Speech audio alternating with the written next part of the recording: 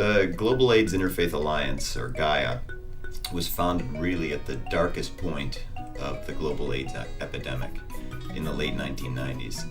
It was at a point when the US and developed world were starting to experience real medical breakthroughs, and they were starting to see real declines in the number of people dying of AIDS, due primarily to the introduction of antiretroviral drugs.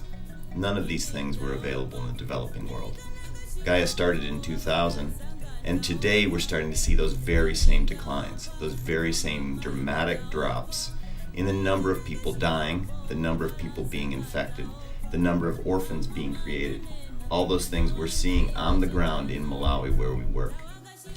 With the improvements that we've seen in Malawi, there are still 46,000 people dying every year. But that number is still triple what you have in the United States, despite the United States having a population that is more than 20 times as big. When you walk into an African village in Malawi, just as you would anywhere in Africa, you're surrounded by children. And behind those children stand their parents and their grandparents. But in Malawi, what's missing is that middle ring of parents. You have the children, and behind them is their grandparents.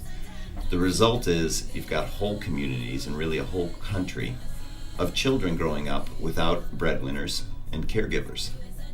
So it's both a medical problem and a huge socioeconomic problem where the entire social fabric has been shredded.